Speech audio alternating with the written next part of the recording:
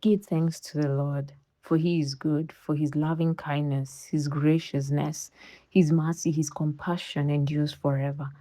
Give thanks to the God of gods, for his loving kindness endures forever. Give thanks to the Lord of lords, for his loving kindness endures forever. To him who alone does great wonders, for his loving kindness endures forever. To him who made the heavens with skill, for his loving kindness endures forever. To him who stretched out the earth upon the waters, for his loving kindness endures forever. To him who made the great lights, for his loving kindness endures forever. The sun to rule over the day, the moon and stars to rule by night, for his loving kindness endures forever. Give thanks to him who faithfully remembered us in our lowly condition, for his loving kindness endures forever, and has rescued us from our enemies. For his loving kindness endures forever. Give thanks to him who gives food to all flesh, for his loving kindness endures forever. Give thanks to the God of heaven, for his loving kindness, his graciousness, his mercy, his compassion endures forever. Hey, Dad. Today we are reading Daniel chapter 3 to chapter 4 and Revelation chapter 6. Daniel chapter 3, the image of gold. Nebuchadnezzar, the king, made an image of gold whose height was 60 cubits and its width 6 cubits. He set it up in the plain of Dura in the province of Babylon. And King Nebuchadnezzar sent word to gather the satraps, the administrators, the governors, the counselors, the treasurers, the judges, the magistrates, and all the officials of the provinces to come to the dedication of the image which King Nebuchadnezzar had set up. So the satraps, the administrators, the governors, the counselors, the treasurers, the judges, the magistrates, and all the officials of the provinces gathered together for the dedication of the image that King Nebuchadnezzar had set up. And they stood before the image that Nebuchadnezzar had set up.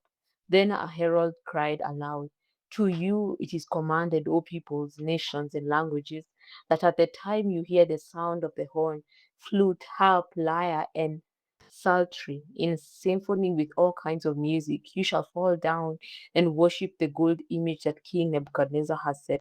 And whoever does not fall down and worship shall be cast immediately into the midst of a burning fiery furnace." So at that time, when all the people heard the sound of the horn, flute, harp, and lyre in symphony with all kinds of music, all the people, nations, and languages fell down and worshipped the gold image which King Nebuchadnezzar had set up. Daniel's friends disobeyed the king. Verse 8. Therefore, at that time, certain Chaldeans came forward and accused the Jews. They spoke and said to King Nebuchadnezzar, "O king, live forever. You, O king, have made a decree that everyone who hears the sound of the horn, flute, harp, lyre, and psaltery, in symphony with all kinds of music, shall fall down and worship the gold image. And whoever does not fall down and worship shall be cast into the midst of a burning fiery furnace. There are certain Jews whom you have set over the affairs of the province of Babylon, Shadrach, Meshach, and Abednego. These men, O king, have not paid due regard to you. They do not serve your gods or worship the gold image which you have set up." Then Nebuchadnezzar, in rage and fury, gave the command to bring Shadrach, Meshach, and Abednego. So they brought these men before the king. Nebuchadnezzar spoke, saying to them, "Is it true, Shadrach, Meshach, and Abednego, that you do not serve my gods or worship the gold image which I have set up?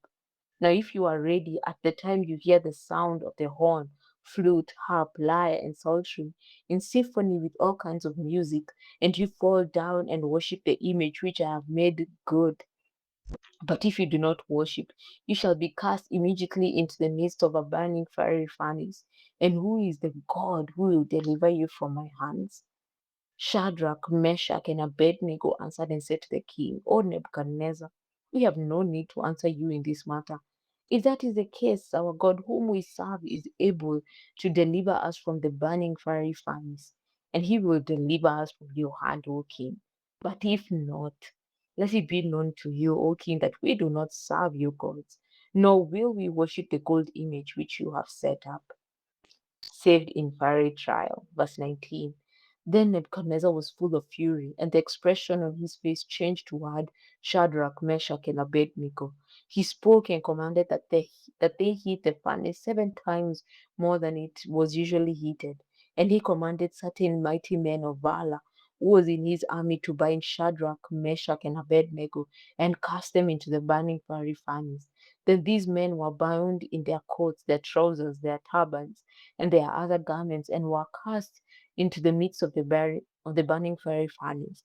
Therefore, because the king's command was urgent and the furnace exceedingly hot, the flame of the fire killed those men who took up Shadrach, Meshach, and Abednego.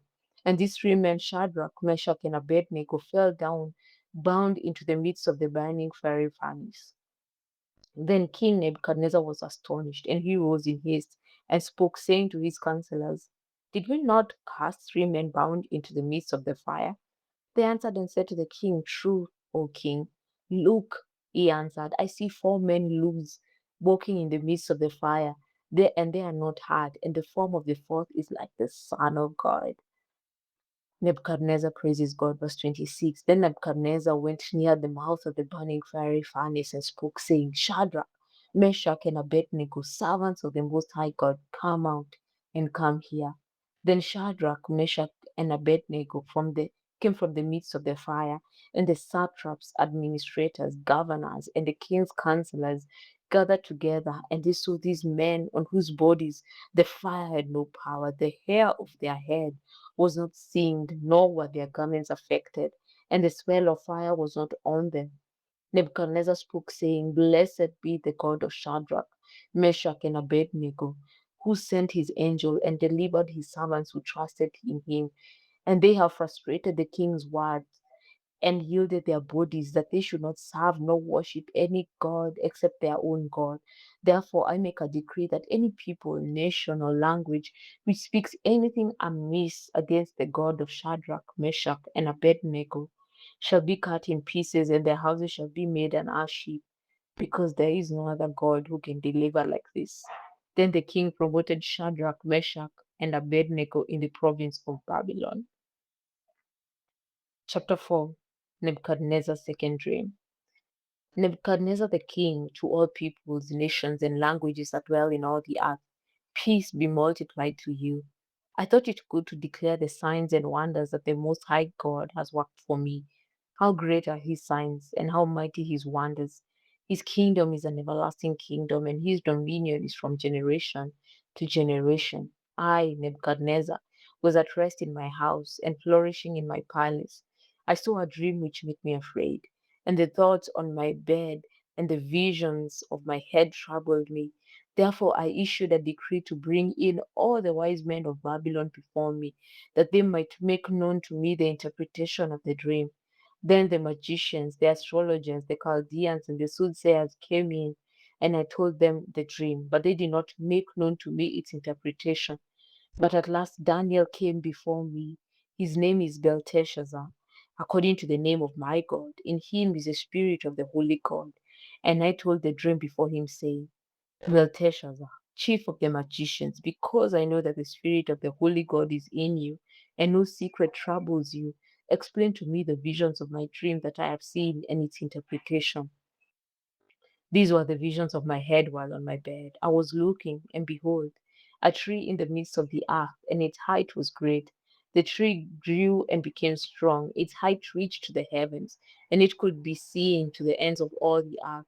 Its leaves were lovely, and its fruit abundant, and in it was food for all. The beasts of the field found shade under it. The birds of the heavens dwelt in its branches, and all flesh was fed from it.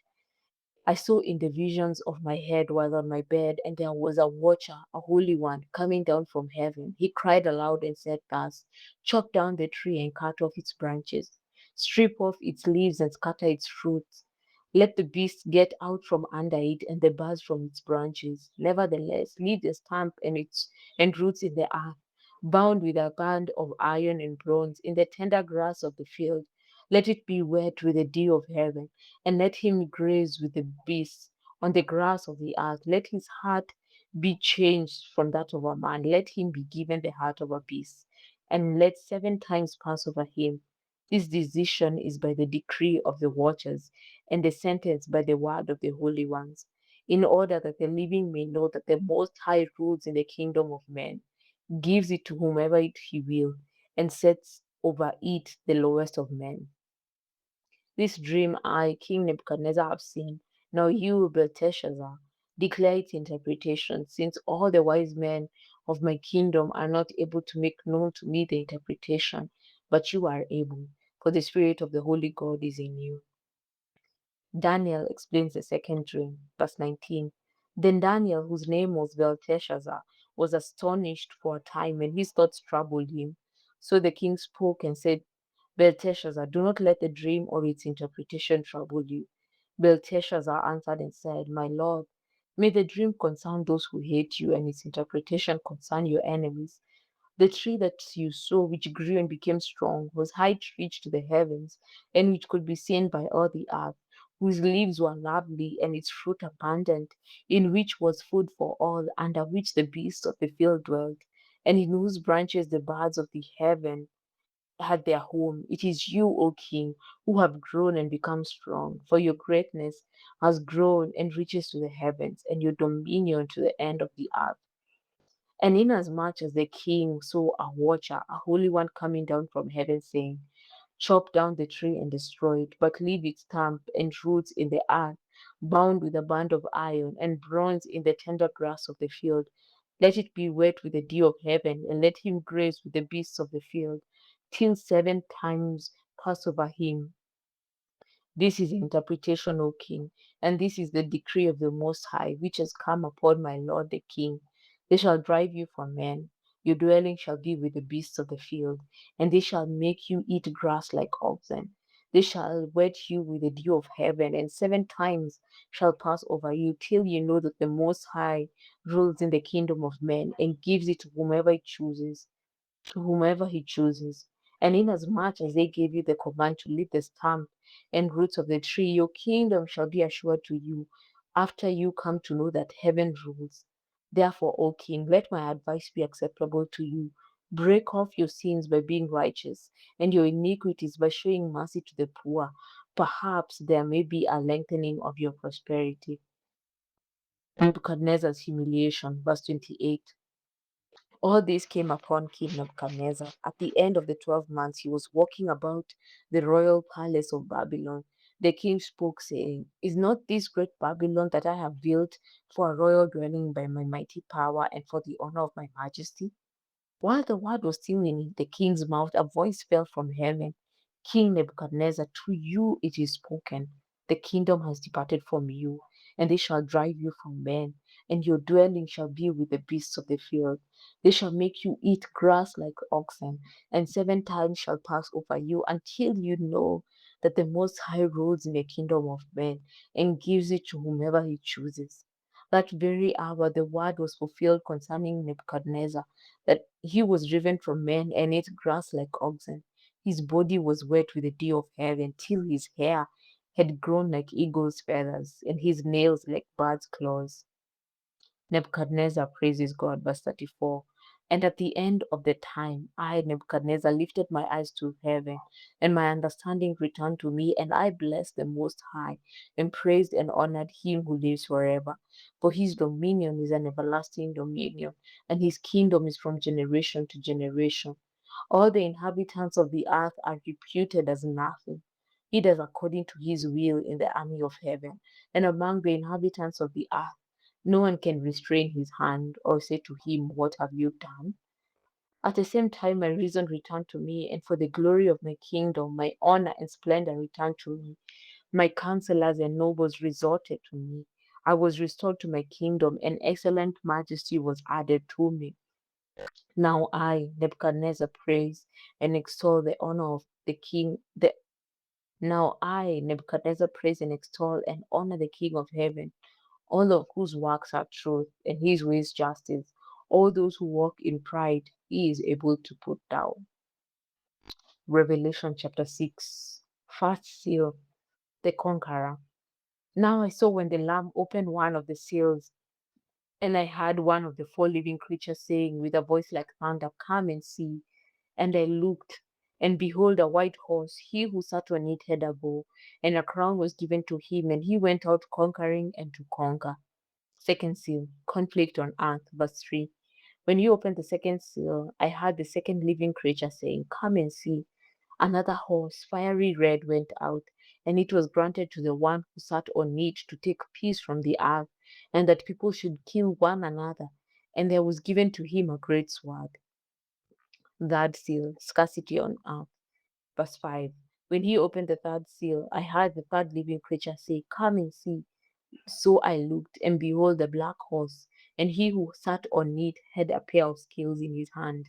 And I heard a voice in the midst of the four living creatures saying, "A quart of wheat for a denarius, and 3 quarts of barley for a denarius, and do not harm the oil and the wine." Fourth seal, widespread death on earth.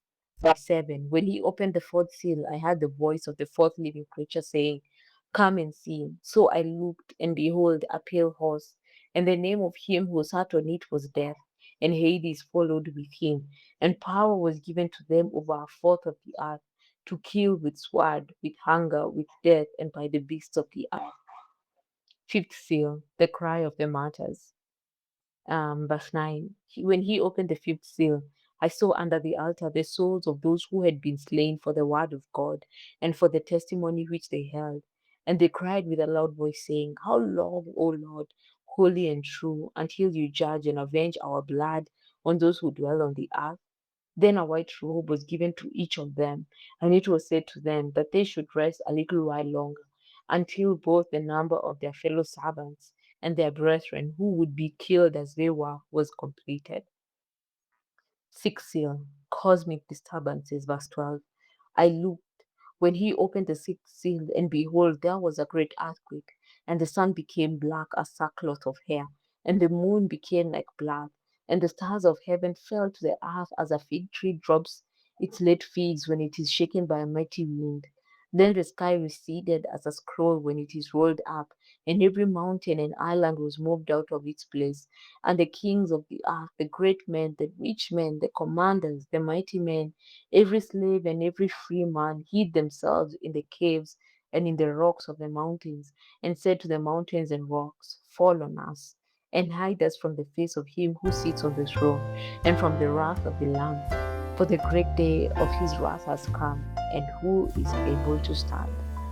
And that is the word of the Lord. Blessed be the reading of your word, Jesus. I love you so much, Dad, and I'll see you in the next chapters. Bye.